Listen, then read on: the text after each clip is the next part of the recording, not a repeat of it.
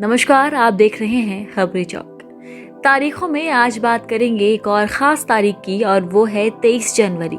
अब आप सोच रहे होंगे कि इस तारीख में क्या खास है, तो आपको बता दें ये तारीख है बेहद खास, क्योंकि इस दिन होती है नेताजी सुभाष चंद्र बोस की जयंती। उनकी जयंती के मौके पर आइए जानते हैं उनके बारे में कुछ खास बातें। नेताजी सुभाष चंद्र बोस का जन्म 23 जनवरी 1897 में हुआ था। नेताजी का जन्म ओडिशा में हुआ था।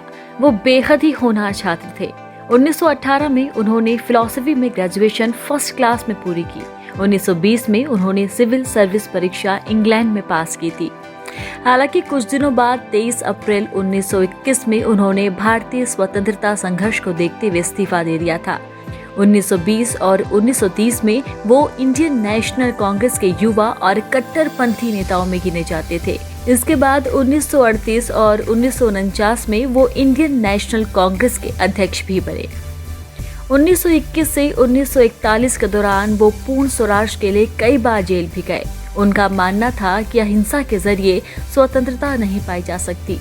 दूसरे विश्व युद्ध के दौरान उन्होंने सोवियत संघ, नाजी, जर्मनी, जापान जैसे देशों की यात्रा की और ब्रिटिश सरकार के खिलाफ सहयोग मांगा।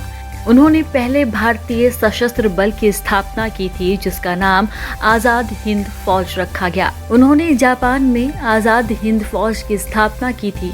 उनके तुम मुझे खून दो, मैं तुम्हें आजादी दूंगा के नारे ने भारतीय के दिलों में देशभक्ति की भावना को और भी मजबूत किया।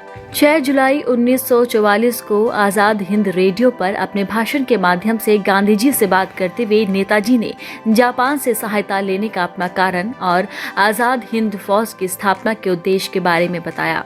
इस भाषण के दौरान नेताजी ने गांधी जी को राष्ट्रपिता बुलाकर अपनी जंग के लिए उनका आशीर्वाद मांगा। इस प्रकार नेताजी ने गांधी जी को सबसे पहले राष्ट्रपिता बुलाया था। द्वितीय विश्व युद्ध में जापान की हार के बाद नेताजी को नया रास्ता ढूंढना जरूरी था। उन्होंने रूस से सहायता मांगने का फैसला किया।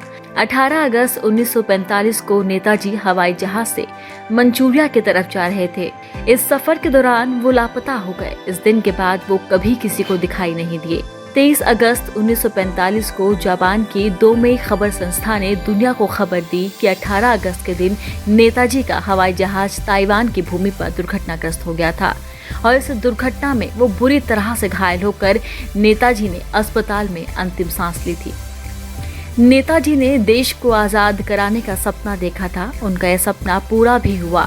अब इसे दुर्भाग्य ही कहेंगे कि सपने का पूरा होने का जश्न मनाने के लिए वो हमारे साथ नहीं थे, लेकिन स्वतंत्रता संग्राम के इस महानायक को युगों युगों तक याद किया जाएगा। उनका बलिदान, उनका त्याग, उनकी सीख हमेशा हमारे अंदर जीवित रहेगी।